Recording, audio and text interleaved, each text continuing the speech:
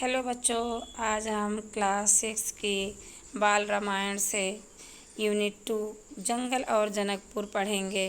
तो चलिए शुरू करते हैं। राजमहल से निकलकर महर्षि विश्वामित्र सरयू नदी की ओर बढ़े। दोनों राजकुमार साथ थे। उन्हें नदी पार करनी थी। आश्रम पहुंचने के लिए विश्वामित्र ने अयोध्या के निकट नदी पार नहीं की। दूर तक सरयू के किनारे किनारे चलते रहे। दक्षिणी तट पर, उसी तट पर जिस पर अयोध्या नगरी थी, वे चलते रहे। नदी के घुमाव के साथ साथ राजमहल पीछे छूट गया। उसकी आखिरी बस्ती भी निकल गई। चलते चलते एक तीखा मोड़ आया तो सब कुछ दृष्टि से ओझल हो गया। राम और लक्ष्मण ने एक बार भी पीछे मुड़कर नहीं देखा। उनकी नजरें सामने थी, महर्षि विश्वामित्र के सधे कदमों की ओर। सूरज की चमक धीमी पड़ने लगी। शाम होने को आई। राजकुमारों के चेहरों पर थकान का कोई चिन्ह नहीं था, उत्साह था। वे दिन भर पैदल चले थे और चलने को तैयार थे। महर्षि रुके। उन्होंने आसमान पर दृष्टि डाली। चिड़ियों के झुंड अपने बसेरे की ओर लौट रहे थे। आसमान मटमैला लाल हो गया था। चरवाहे लौट रहे थे, गायों के पैरों से उठती धूल में आधे छिपे हुए। हम आज रात नदी तट पर ही विश्राम करेंगे, महर्षि ने पीछे मुड़ते हुए कहा। दोनों राजकुमारों के चेहरों के भाव देखते हुए विश्वामित्र हल्का सा मुस्कुराए। राम के निकट आते हुए उन्होंने कहा, मैं तुम दोनों को कुछ विद्याएं सिखाना चाहता हूँ। इन्हीं सीखने के बाद कोई तुम पर प्रहार नहीं कर सकेगा, उस समय भी नहीं जब तुम नींद में रहो। राम और लक्ष्मण नदी में मुंह हाथ धोकर लौटे। महर्षि के निकट आकर बैठे। विश्वामित्र ने दोनों भाइयों को बला अतिबला नाम की विद्याएं सिखाईं। रात में वो लोग वहीं सो गए, तिनकों और पत्तों का बिस्तर बनाकर। नींद आने तक महर्षि उनसे बात करते रहे। सुबह हुई, यात्रा फिर शुरू हुई। मार्ग वही था, सरयू नदी के किनारे किनारे। चलते चलते वे एक ऐसी जगह पहुंचे जहां दो नदियां आपस में मिलते थे। उस संगम की दूसरी नदी गंगा थी। महर्षि अब भी आगे चल रहे थे, लेकिन एक अंतर आ गया। राम लक्ष्मण अब दूरी बनाकर नहीं चलते थे, महर्षि के ठीक पीछे थे, ताकि उनकी बातें ध्यान से सुन सके। रास्ते में पड़ने वाले आश्रमों के बारे में, वहाँ के लोगों के बारे में, वृक्षों वनस्पतियों के संबंध में, स्थानीय इतिहास उसमें शामिल होता था। आगे की यात्रा कठिन थी। जंगलों से होकर उससे पहले उन्हें नदी पार करनी थी। रात में ऐसा करना महर्षि विश्वामित्र को उचित नहीं लगा। तीनों लोग वहीं रुक गए, संगम पर बने एक आश्रम में। अगली सुबह उन्होंने नाव से गंगा पार की। नदी पार जंगल था, घना, दुर्गम। सूरज की किरणें धरती तक नहीं पहुंचती थी। इतना घना कि वह डरावना भी था।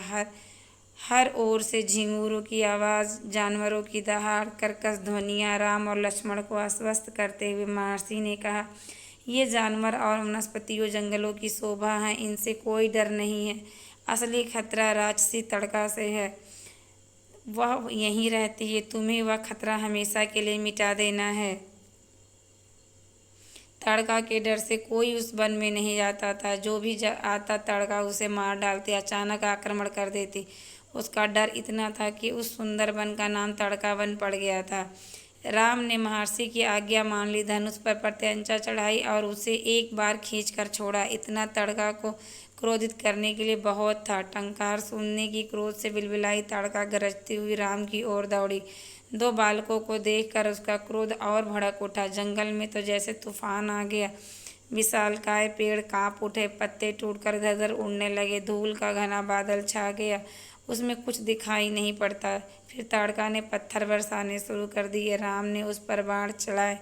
लक्ष्मण ने भी निशाना साधा। ताड़का बाणों से घिर गई। राम का एक बाण उसके हृदय में लगा हुआ गिर पड़ी, फिर नहीं उठ पाई।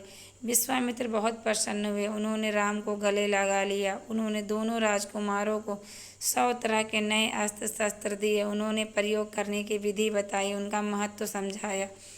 महर्षि का आश्रम वहाँ से अधिक दूर नहीं था, लेकिन तब तक रात हो चली थी। विश्वामित्र ने वह दूरी अगले दिन तय करने का निर्णय लिया। ताड़का मर चुकी थी, उसका भय नहीं था। तीनों ने रात वहीं बिताई, ताड़का वन में, जो अब पूरी तरह भय मुक्त था। सुबह सुबह जंगल बदला हुआ था, अब वह ताड़का वन नहीं था, क्योंकि ताड़का नहीं थी।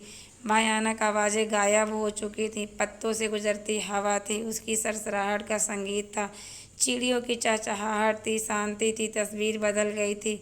सिद्धाश्रम का अंतिम पड़ाव था, महर्षि का आश्रम। रास्ता छोटा भी था, मनोहारी भी। प्राकृतिक सौंदर्य का आनंद लेते हुए तीनों लोग जल्दी ही आश्रम पहुंच गए। आश्रमवासियों ने उनकी अगवानी की, अभिनंदन किया, उनकी प्रसन्नता दोगुनी हो गई थी। महर्षि विश्वामित्र के आश्रम लौटने की खुशी, राम लक्ष्मण के आगमन का सुख। विश्वामित्र यज्ञ की तैयारी में लग गए। अनुष्ठान प्रारंभ हुआ। आश्रम की रक्षा की जिम्मेदारी राम लक्ष्मण को सौंपकर महर्षि आश्वस्त थे। अनुष्ठान अपने अंतिम चरण में था, पूरा होने वाला था कुछ ही दिनों में। 5 दिन तक सब ठीक ठाक चलता रहा, शांति से, निर्विघ्न। लगता था कि राजकुमारों की उपस्थिति ने ही राक्षसों को भगा दिया है।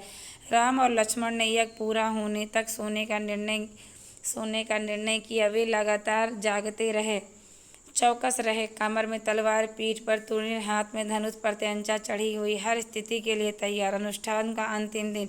अचानक भयानक आवाज़ों से आसमान भर गया। सुबाहु और मारीच के राक्षसों के दल बदल के साथ आश्रम पर धावा बोल दिया। मारीच क्रोधित था, यज्ञ के अलावा भी इसकी बात से कि राम लक्ष्मण ने उसकी माँ को मारा था। ताड़का को राम ने राक्षसों का हमला होते ही कार्यवाही की, धनुष उठाया और मारीच को निशाना बनाया। मारीच बाढ़ लगते ही मूर्छित हो गया, बाढ़ों के वेग से बहुत दूर जाकर गिरा, समुद्र के किनारे। वह मरा नहीं। जब होश आया तो उठकर दक्षिण की दिशा की ओर भाग गया। राम का दूसरा बाण सुबाहु को लगा, उसके प्राण वहीं निकल गए। सुबाहु के मरने पर राक्षस सेना में भगदड़ मच गई। वे चीखते चिल्लाते भागे। कुछ लक्ष्मण के बाणों का शिकार, अन्य जान बचाकर भाग खड़े हुए। महर्षि विश्वामित्र का अनुष्ठान संपन्न हुआ। राम ने महर्षि को प्रणाम करते हुए पूछा, अब हमारे लिए क्या आज्ञा है मुनिवर? महर्षि ने राम को गले लगाया, कहा, हम लोग यहाँ से मिथिला जाएंगे, महाराज जनक के यहाँ, विदेह राज के दरबार में। मैं चाहता हूँ कि तुम दोनों मेरे साथ चलो, उनके आयोजन में हिस्सा लेने। महाराज के पास एक अद्भुत शिव धनुष है, तुम भी उसे देखो। राम और लक्ष्मण अगली यात्रा को लेकर उत्साहित थे। नए स्थान देखने और जानने का अवसर। सोन नदी पार कर विश्वामित्र मिथिला की सीमा के पास पहुंचे, अपने शिष्यों और राजकुमारों के साथ। वे गौतम ऋषि के आश्रम से होते हुए नगर में पहुंचे। राजा जनक ने महल से बाहर आकर विश्वामित्र का स्वागत किया। तभी उनकी दृष्टि राजकुमारों पर पड़ी।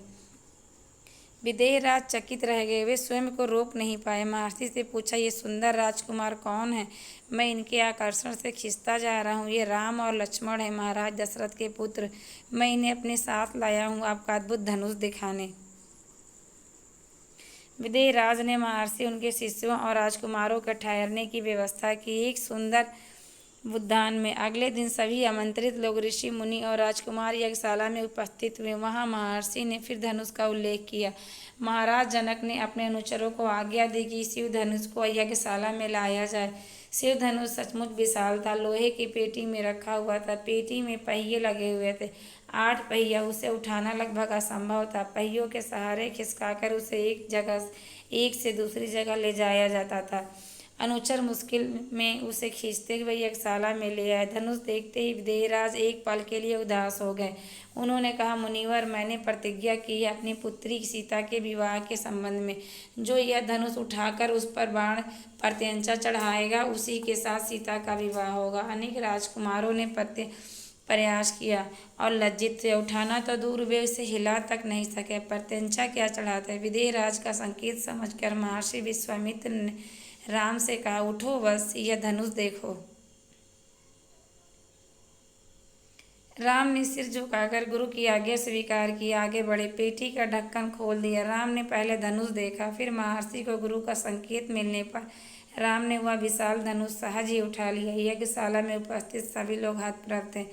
इसकी प्रत्यंचा चढ़ा दूं मुनिवर? राम ने पूछा। अवश्य, यदि ऐसा कर सकते हो तो। विदेहराज चकित थे। राम ने आसानी से धनुष झुकाया, ऊपर से दबाकर प्रत्यंचा खींची। दबाव से धनुष बीच से टूट गया, उसके 2 टुकड़े हो गए। बच्चों के खिलौने की तरह यज्ञशाला में सन्नाटा छा गया।